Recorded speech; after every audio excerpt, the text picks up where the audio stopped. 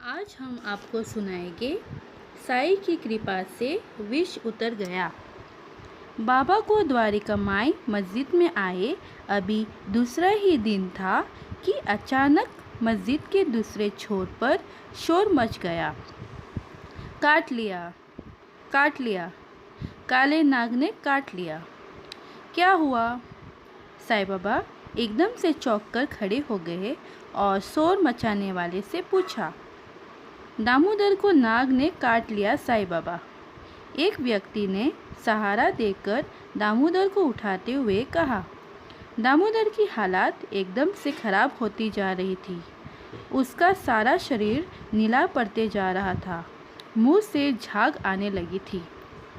मत चढ़, मत चढ़, साईं बाबा बोले। कहाँ गया नाग? इस बिल में घुस गया है।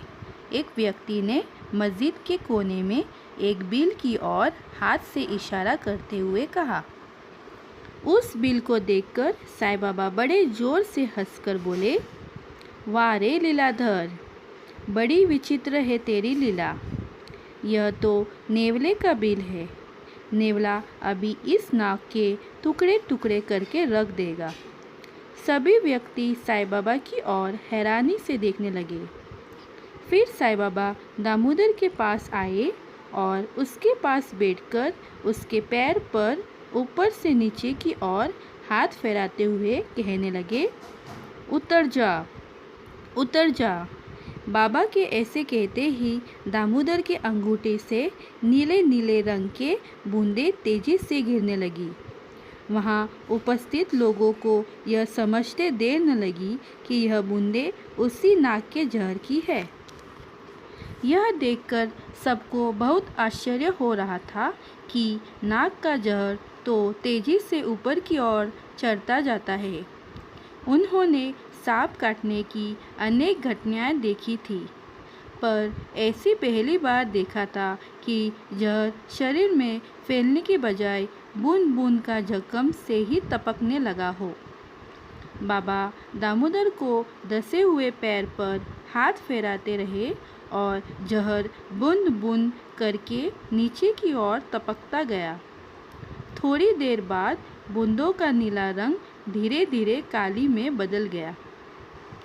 कुछ देर बाद बाबा ने कहा, दामोदर के शरीर से अब सारा जहर निकल गया है। अब चिंता करने की कोई बात नहीं है। यह सब ठीक है। फिर उन्होंने दामोदर से पूछा, अब कैसे लग रहा है दामोदर? अब मेरी तबीयत ठीक है बाबा, दामोदर ने कहा और साईं बाबा के पैरों से लिपट कर फुट फुट कर रोने लगा। बोला, आपने मुझे बचा लिया साईं बाबा। आपकी कृपा से ही आज मेरी जान बच पाई है। यह घटना सबके लिए महान आश्चर्य का विषय थी। सभी ने यह चमत्कार अपनी आंखों से सामने होते देखा था। साईं बाबा के होठों पर मुस्कुराहट थिरक रही थी। उनके इस चमत्कार की चर्चा सारे गांव में हो रही थी। अब लोगों को विश्वास होने लगा कि साईं बाबा वास्तव में ही कोई अवतारी पुरुष है।